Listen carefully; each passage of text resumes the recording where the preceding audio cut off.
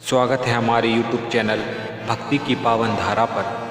भक्तों, आज के समय में प्रत्येक इंसान किसी न किसी समस्याओं से जूझ रहे हैं। किसी को नौकरी नहीं मिल रही, किसी का पारिवारिक जीवन अशांत है, किसी को स्वास्थ्य की चिंता है और हर कोई अपने सपनों को पूरा करने के लिए संघर्ष कर रहा है। ऐसे में मन को शांत और जीवन को संतुलन देने वाला एक ही उपाय है, भगवान शिव की उपासना और सोमवार व्रत। आइए जानते हैं सोमवार व्रत का महत्व और इसकी दिव्य कथा। एक साहूकार बहुत धनवान था।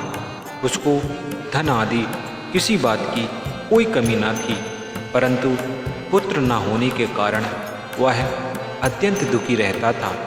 वह इसी चिंता में रात दिन दुखी रहता था। इसलिए वह पुत्र कामना के लिए प्रत्येक सोमवार को शिव जी का व्रत और पूजन किया करता था। संध्या काल में शिव जी के मंदिर में जाकर दीप जलाया करता था।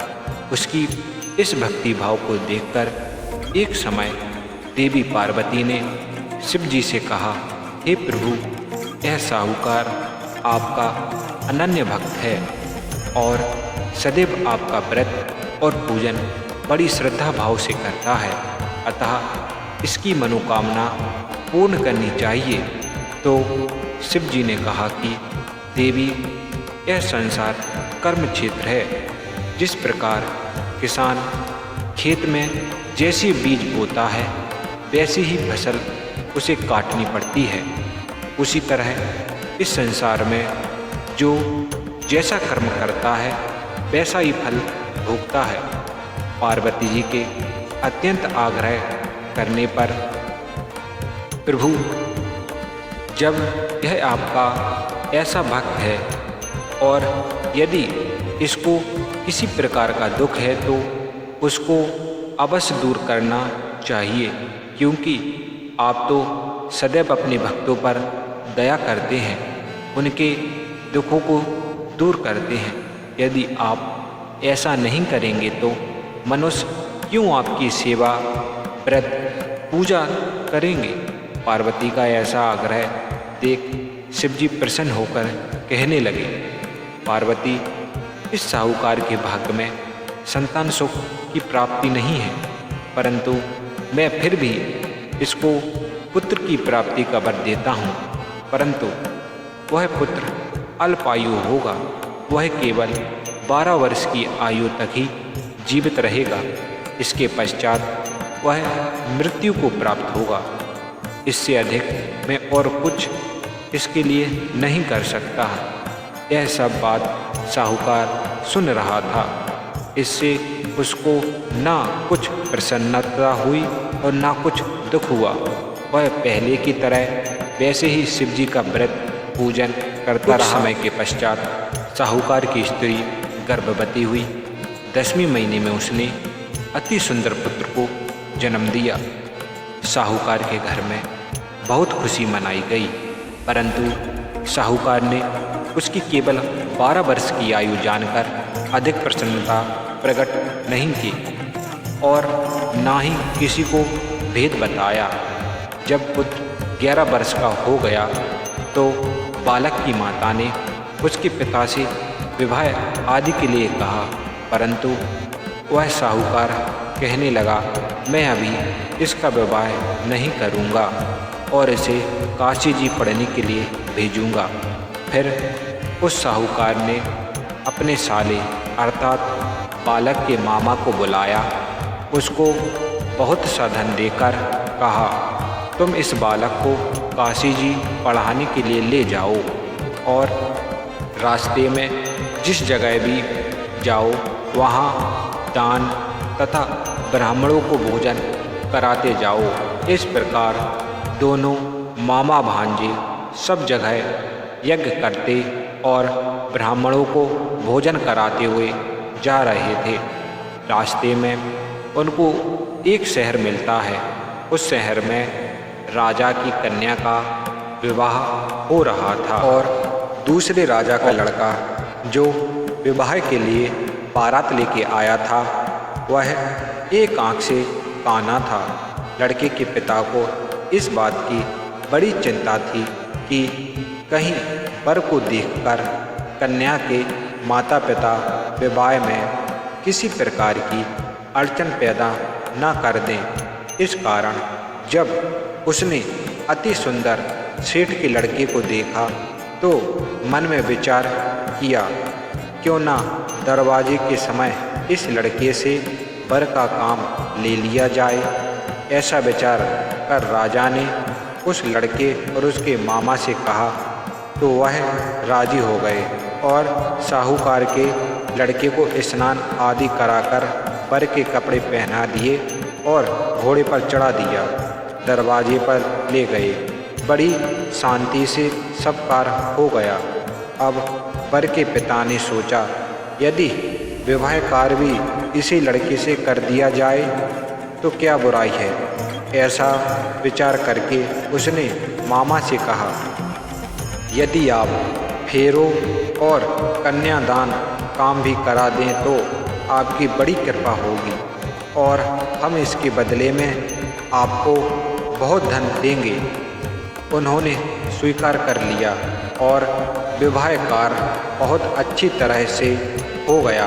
परंतु जिस समय लड़का जाने लगा उसने राजकुमारी की चुनरी के पल्ले पर लिख दिया कि तेरा विवाह तो मेरे साथ हुआ है, परंतु जिस राजकुमार के साथ तुमको भेजेंगे वह एक आँख से काना है और मैं तो काशी जी पढ़ने जा रहा हूँ। उस राजकुमारी ने जब अपनी चुनरी पर ऐसा लिखा पाया तो उसने राजकुमार के साथ जाने से इनकार कर दिया और कहा, यह मेरा पति नहीं है।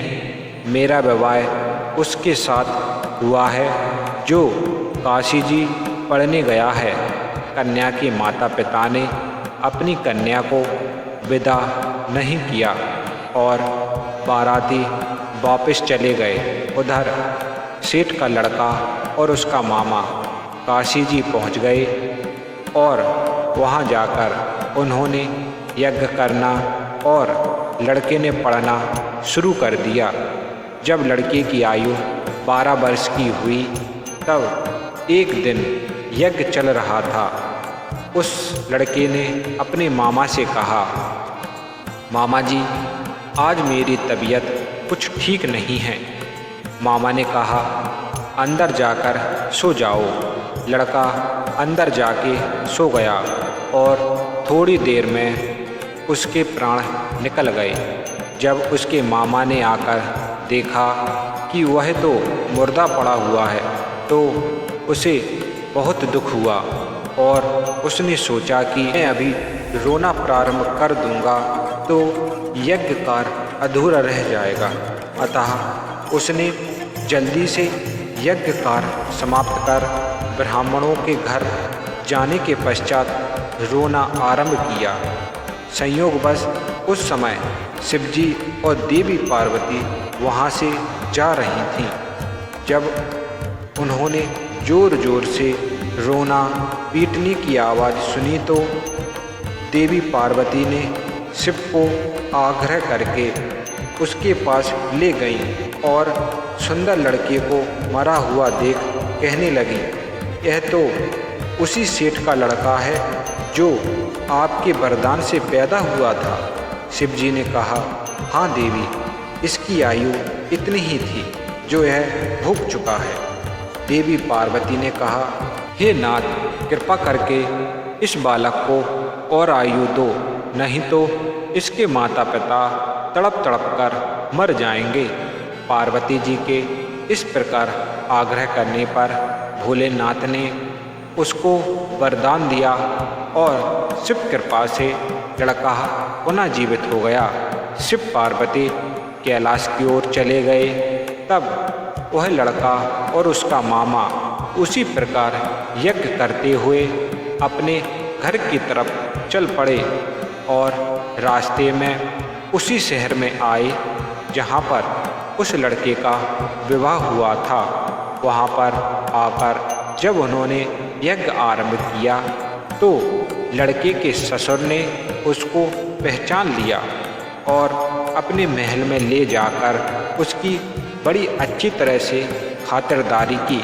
साथ ही बहुत सारा धन और दासियों सहित बड़े आदर से सत्कार के साथ अपनी लड़की और जमाई को विदा किया। जब वह अपने शहर के निकट आए तो उसके मामा ने कहा, पहले मैं तुम्हारे घर जाकर खबर कर देता हूँ। उस समय उसके माता पिता घर की छत पर बैठे हुए थे और उन्होंने यह प्रण रखा था कि यदि हमारा पुत्र सकुशल घर आ गया तो हम राजी खुशी से नीचे आ जाएंगे, नहीं तो छत से गिरकर अपने प्राण दे देंगे। इतने में उस लड़के के मामा ने आकर यह सारा समाचार दिया कि आपका पुत्र आ गया है, परंतु उनको विश्वास नहीं हुआ। तब उसके मामा ने शपथ पूर्वक कहा कि आपका पुत्र आया है और अपनी पत्नी के साथ आया है और बहुत सारा धन लेकर आया है। तो उस सेठ ने बड़े आनंद के साथ उनका स्वागत किया और बड़ी प्रसन्नता के साथ रहने लगे। इस प्रकार जो कोई भी सोमवार व्रत धारण करता है अथवा इस कथा को पढ़ता या सुनता है, उसके दुख दूर होकर उसकी समस्त मनोकामनाएं पूर्ण हो जाती हैं। इस लोक में वह नाना प्रकार के सुख भोग कर अंत में सदाशिव के लोक को प्राप्त होता है। भक्तों, यदि आपको हमारी यह कथा पसंद आए तो कृपया वीडियो को लाइक करें, शेयर करें और चैनल को सब्सक्राइब करना ना भूलें। आपकी एक लाइक हमारे मनोबल को बढ़ाती है